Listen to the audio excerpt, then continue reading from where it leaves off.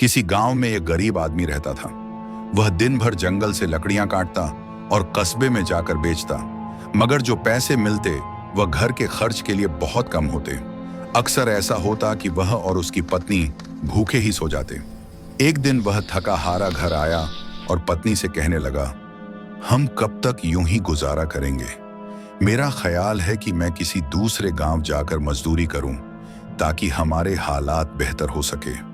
पत्नी ने सब्र के साथ मुस्कुराते हुए जवाब दिया, अगर यही तुम बेहतर समझते हो तो जाओ, मैं तुम्हारा इंतजार करूंगी। ये सुनकर वह व्यक्ति सफर के लिए निकल पड़ा। कई दिनों की लंबी यात्रा के बाद वह एक बड़े व्यापारी के घर पहुंचा। उसने आदरपूर्वक सलाम किया और रोजगार की विनती की। व्यापारी ने उसे अपने ऊंटों की देखभाल के लिए रख लिया। इस तरह वह व्यक्ति व्यापारी के यहाँ काम करने लगा। दिनारा मेहनत और ईमानदारी से अपने कर्तव्यों का पालन करता रहा और कभी किसी बात की शिकायत नहीं की। समय बीतता गया, दिन महीनों में बदल गए और महीने वर्षों में देखते ही देखते पूरे 20 साल गुजर गए। एक दिन उसे अपने घर की याद सताने लगी। वह व्यापारी के पास गया और अदब से कहा, मैंने आपकी 20 साल सेवा की है, अब मैं अपने घर वापस जाना चाहता हूं, मुझे इजाजत दें। व्यापारी बड़ा नेक और सखी था। उसने उस व्यक्ति को कपड़े और बहुत सारे ऊंट देकर माला माल कर दिया और खुशी खुशी रुखसत किया। वह घर की तरफ रवाना हुआ। सफर बहुत लंबा था। चलते चलते शाम हो गई और वह दिन भर की मुसाफत से थक चुका था। उसने इधर उधर नजर दौड़ाई तो दूर उसे एक झोपड़ी दिखाई दी जहां एक दरवेश रहता था। उसने वहां रात गुजारने का इरादा किया। जब रात हुई तो उसने दरवेश से कहा, मेरा सफर बहुत लंबा है, मुझे कोई नसीहत फरमा दें। दरवेश ने कहा, मैं तुम्हें नसीहत तो दूंगा, लेकिन उसकी कीमत लूंगा। हर नसीहत के बदले एक ऊंट। वह व्यक्ति मुस्कुराकर बोला, मैं मालदार हूं, अगर नसीहत कीमती हो तो एक ऊंट क्या चीज है? उसने पहला ऊंट दे दिया।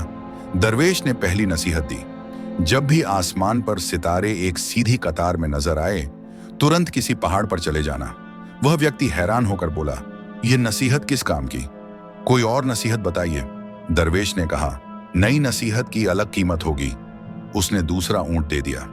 दरवेश ने कहा, जब कोई व्यक्ति बहुत ज्यादा खुशामद करने लगे और उसकी आंखों में शैतानी चमक दिखाई दे तो फौरन उससे दूर हो जाना, वह तुम्हें कत्ल कर देगा। वह व्यक्ति फिर बोला, यह नसीहत भी समझ में नहीं आई, एक और बताइए।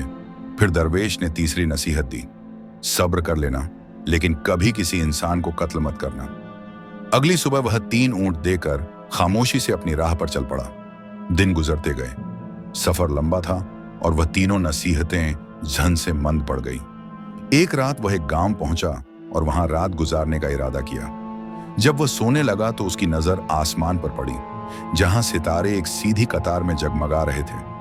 उसे दरवेश की पहली नसीहत याद आ गई। फौरन वह अपना सारा माल लेकर पहाड़ पर चढ़ गया और उसी पहाड़ पर सुकून से सो गया।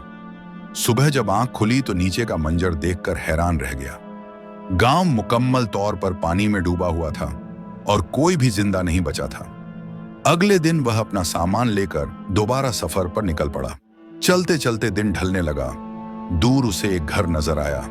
उसने सोचा, आज रात यहीं गुजार लेता हूं। वह उस घर के मालिक के पास पहुंचा और उससे एक रात ठहरने की इजाजत मांगी।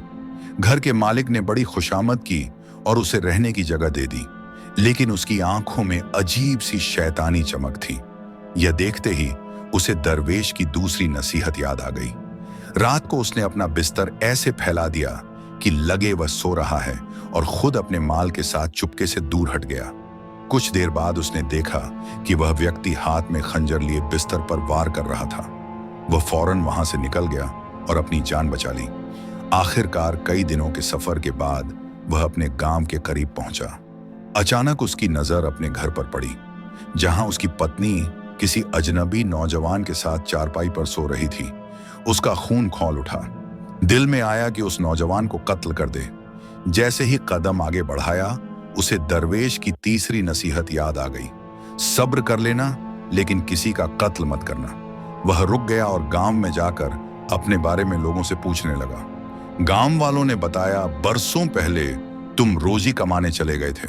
तुम्हारी पत्नी को एक बेटा हुआ था जो अब जवान हो चुका है। यह सुनकर उसके कदम लड़खड़ा गए।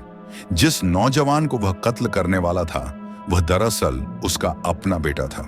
वह तड़पता हुआ घर पहुंचा, पत्नी और बेटे को गले लगा लिया और दिल ही दिल में शुक्र अदा किया कि दरवेश की नसीहतों ने 3 बार उसकी जान और इज्जत बचाई।